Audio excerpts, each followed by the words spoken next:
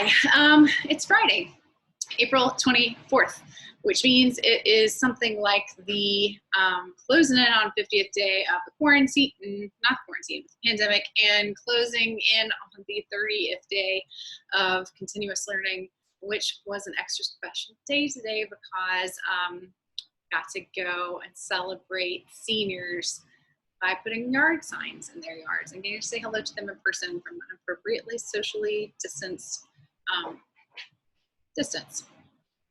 Anyway, I went out into the public, and it was a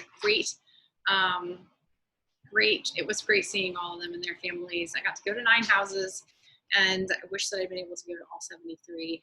I teach the whole senior class and only the senior class, and spring is always hard, but also amazing. And the spring has just been extra hard and turning out to be really pretty amazing too, but in ways that we never really would have anticipated or hoped for, I think, if we had the choice. But because of that, I also did my hair and I put on some makeup. I forgot that I liked to do both of those things. And I'm also wearing Callaway colors, so that was really fun today too. Anyway, I figured I would just go ahead and read my Paradise Lost this way rather than like scrubbed faced and fuzzy headed like normal. I'll be back to normal tomorrow, don't worry. All right, so if you remember, book 10, we got through the first third of it yesterday. And in book 10, we saw the beginnings of the ramifications of Adam and Eve's decision to eat from the tree of knowledge of good and evil. First of all, Satan runs away back down to hell, and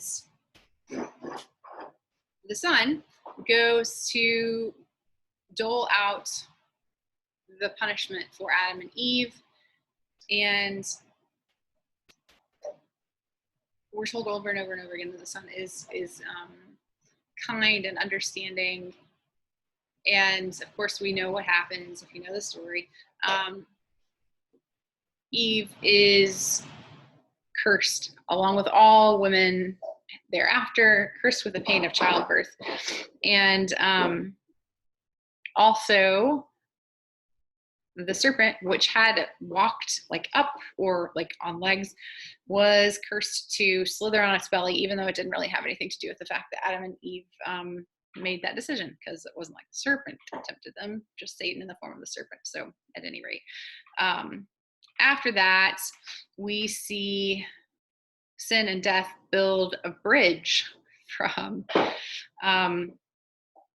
their world into a bridge between earth and hell, basically. And that's where we really ended up stopping. So I'm going to pick up there and read from line 354 to line 718.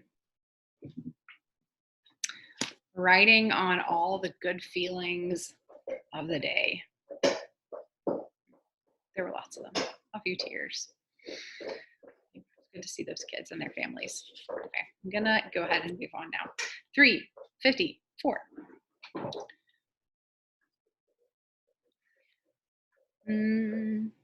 This is sin talking to Satan. O parent, these are thy magnific deeds, thy trophies, which thou viewest as not thine own. Thou art their author and prime architect. For I no sooner in my heart divined my heart, which by a secret harmony still moves in me.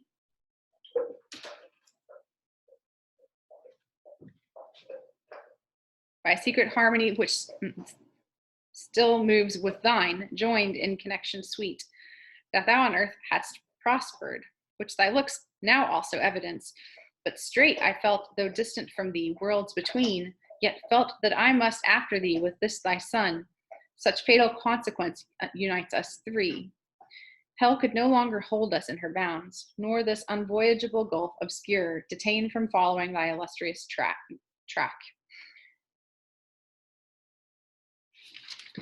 Thou hast achieved our liberty, confined within hell gates till now.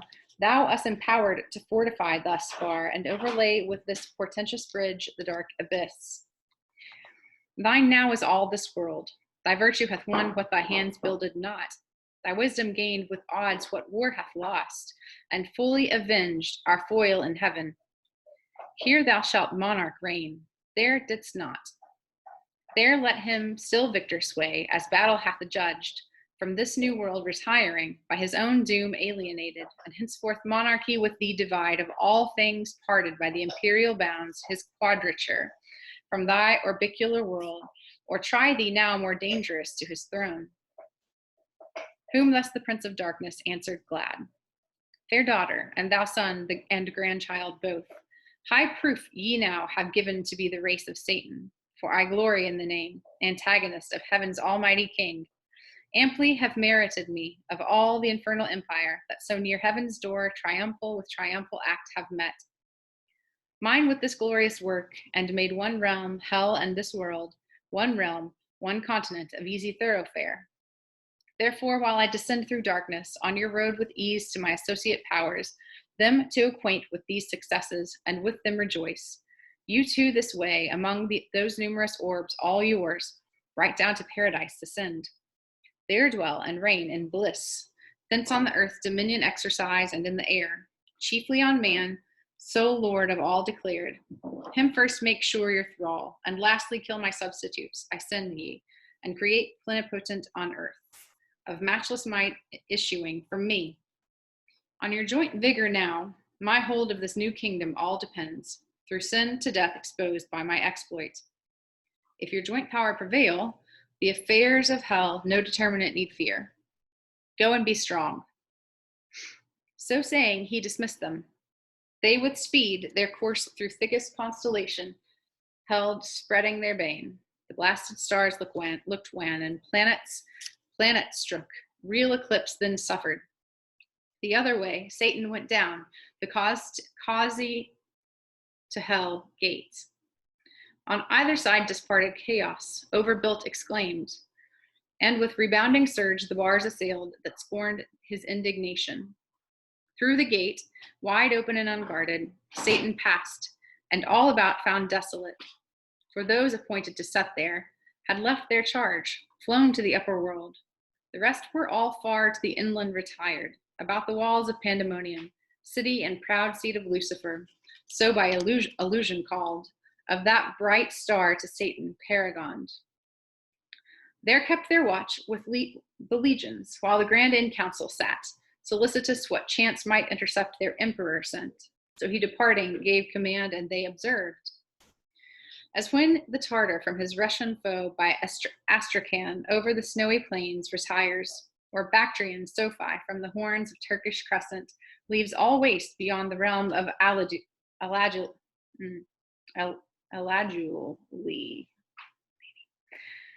in his retreat to Taurus or Caspian.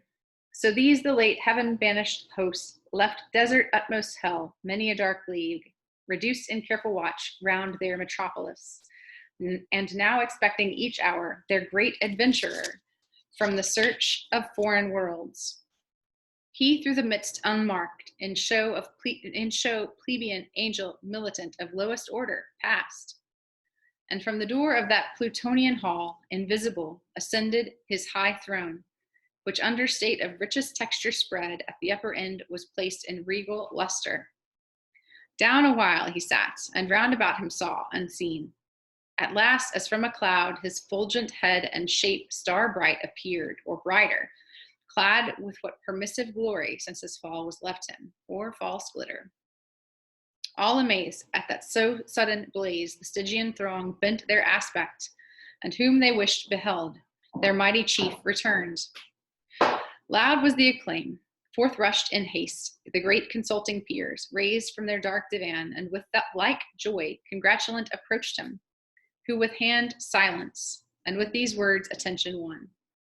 Thrones, dominations, princedoms, virtues, powers, for in possession such not only of right I call ye and declare ye now, returned successful beyond hope, to lead ye forth triumphant out of this infernal pit abominable, accursed, the house of woe and dungeon of our tyrant.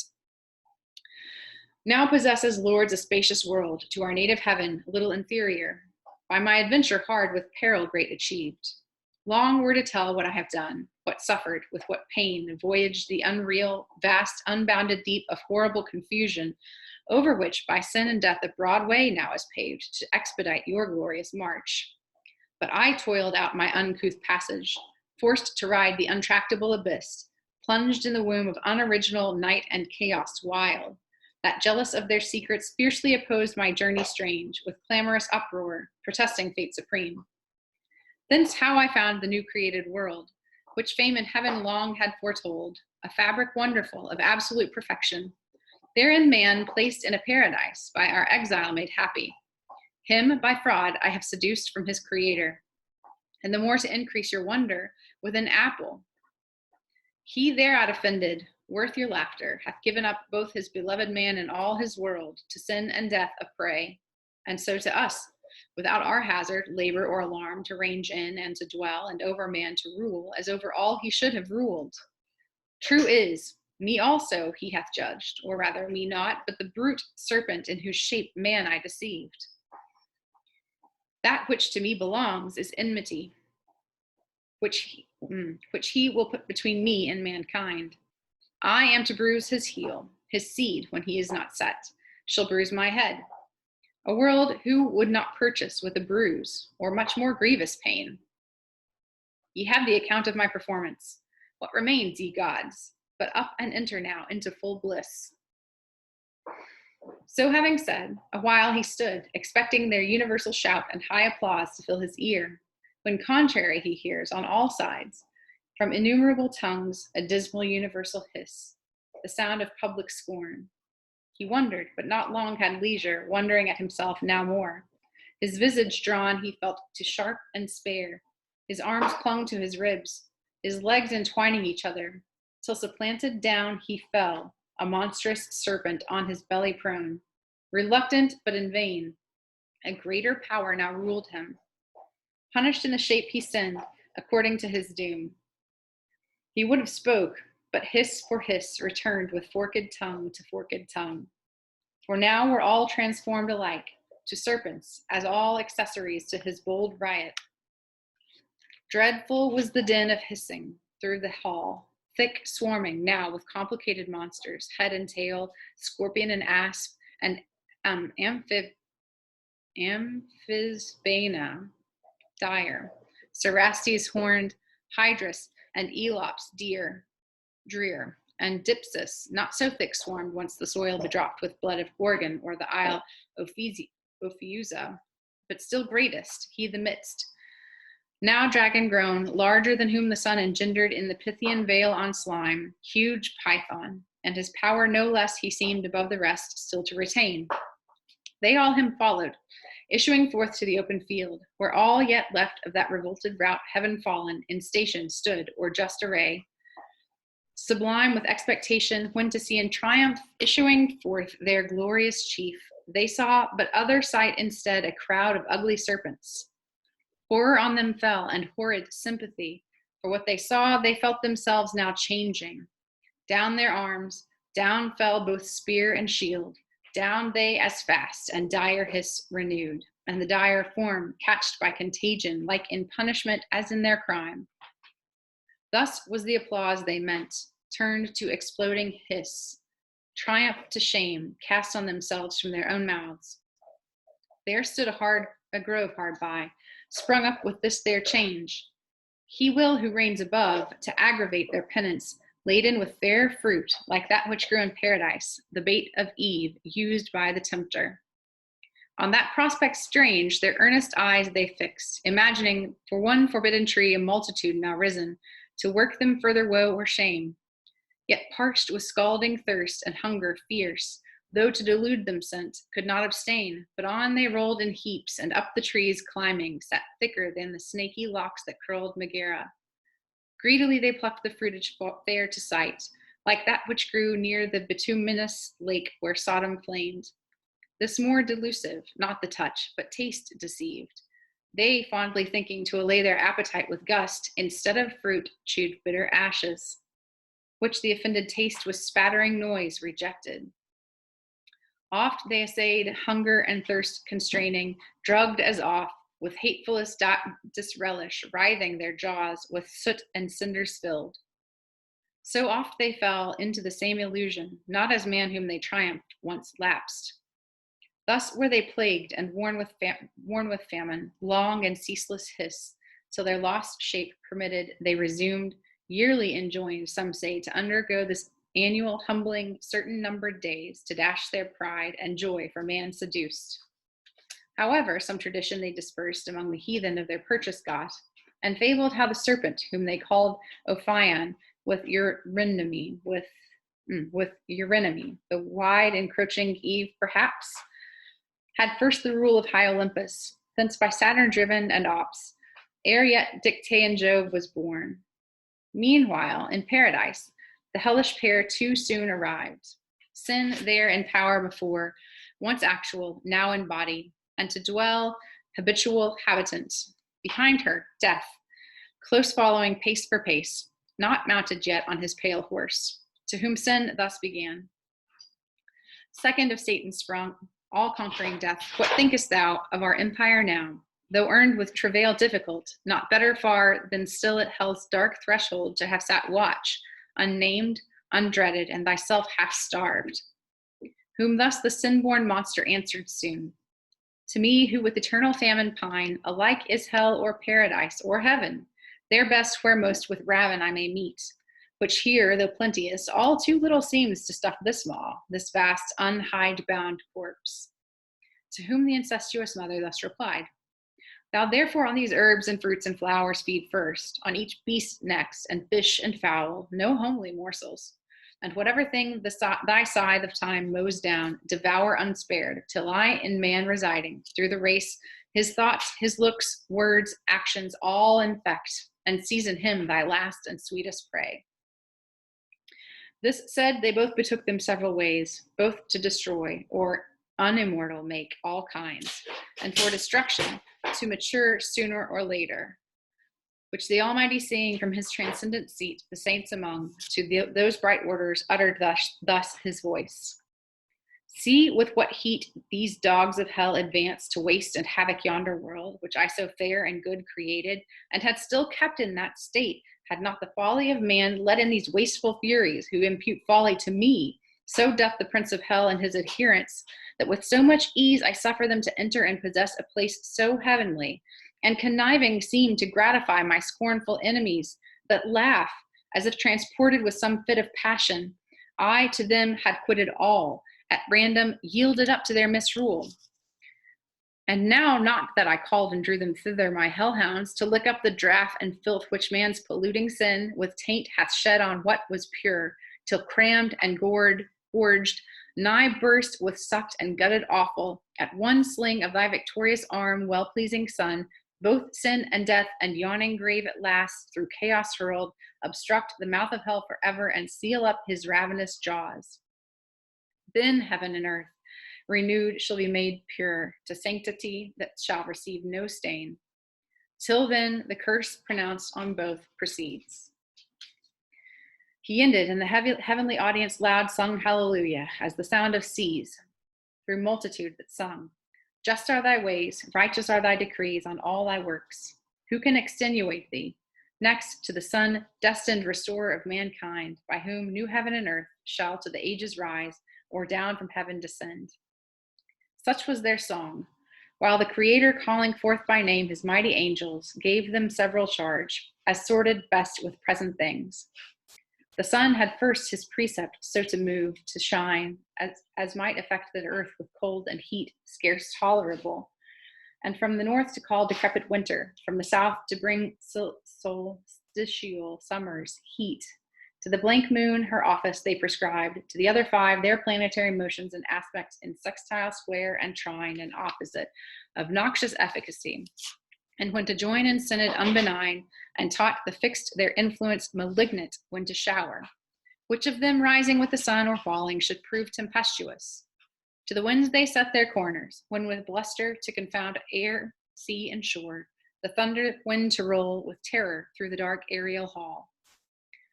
Some say he bid his angels turn askance the poles of earth twice 10 degrees and more from the sun's axle.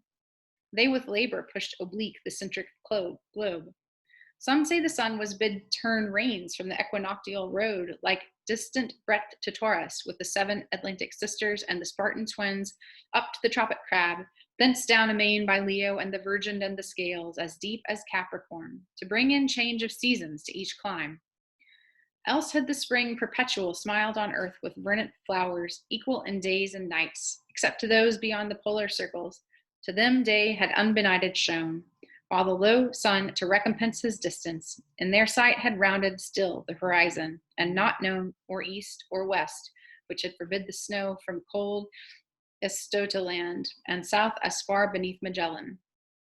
At that tasted fruit the sun, as from Thyestean banquet, turned his course intended. Else how had the world inhabited, though sinless, more than now, avoided pinching cold and scorching heat? These changes in the heavens, though slow, produce like change on sea and land, sidereal blast, vapor and mist and exhalation hot, corrupt and pestilent. Now from the north of Norumbega and the Samoan shore, bursting their brazen dungeon, armed with ice and snow and hail and stormy gust and flaw, Boreas and Cachias and Argestes loud, and Thracias rend the woods and seas upturn with adverse blast, upturns them from the south, Notus and Aphor black with thunderous clouds from Sierra Leona, thwart of these as fierce forth rush the Levant and the potent winds Eurus and Zephyr, with their lateral noise, Sirocco and Libecchio. Thus began outrage from lifeless things. But discord, first daughter of sin among the irrational, death, introduced through fierce antipathy. Beast now with beast gan war, and fowl with fowl, and fish with fish. To graze the herb all leaving, devoured each other, nor stood much in awe of man, but fled him, or with countenance grim glared on him passing.